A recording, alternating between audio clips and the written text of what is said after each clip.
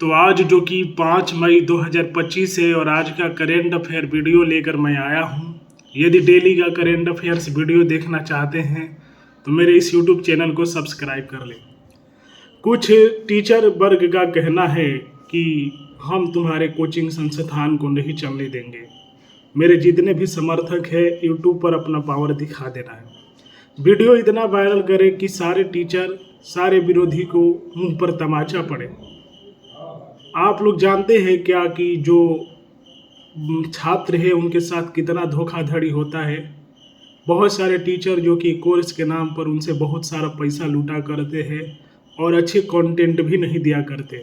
मैं आप लोगों को फ्री में हर चीज़ दे रहा हूं, इसलिए वीडियो को जमकर वायरल करें।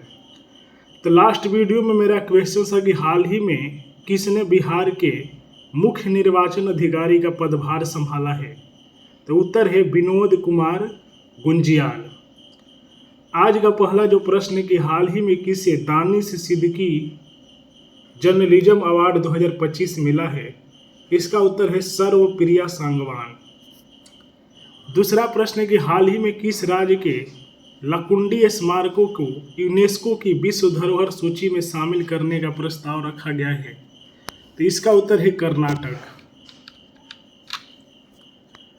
हाल ही में किस देश के राष्ट्रपति ने 15 घंटे लंबी प्रेस कॉन्फ्रेंस आयोजित कर वर्ल्ड रिकॉर्ड बनाया है। उत्तर है मालदीव।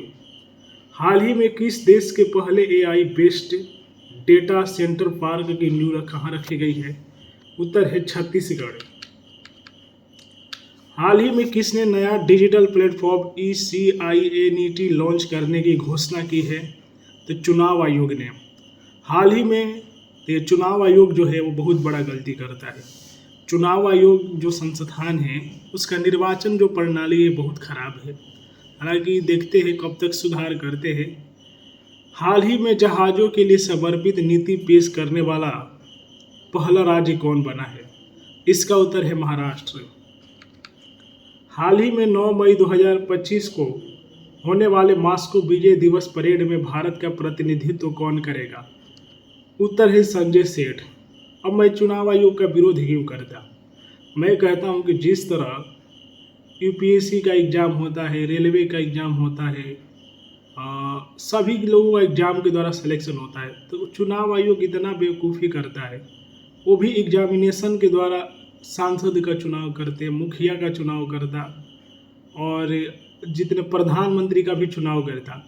इसका फ़ायदा क्या है। इसका फ़ायदा ये है कि क्राइम को रोका जा सकता है, क्योंकि आज सबसे ज़्यादा किससे लोगों को डर रहता है, नेता से। तो सिलेक्शन का प्रोसेस ही चुनाव आयोग का बेकार है। हाल ही में किस राज्य में विश्व के पहले ऊर्जा संचरण उद्यान का उद्घाटन किया गया है। तो इसका उत्तर है तेलंगाना। हाल ही में शिवानंद जी का निधन हुआ है, वे कौन थे। तो योग गुरु थे। हाल ही में लॉरेंस वोंगकुम ने किस देश के प्रधानमंत्री का चुनाव जीता है। उत्तर है सिंगापुर। हाल ही में भारत ने किस देश में ईगला एस मिसाइल सिस्टम को खरीदा है। उत्तर है रसिया।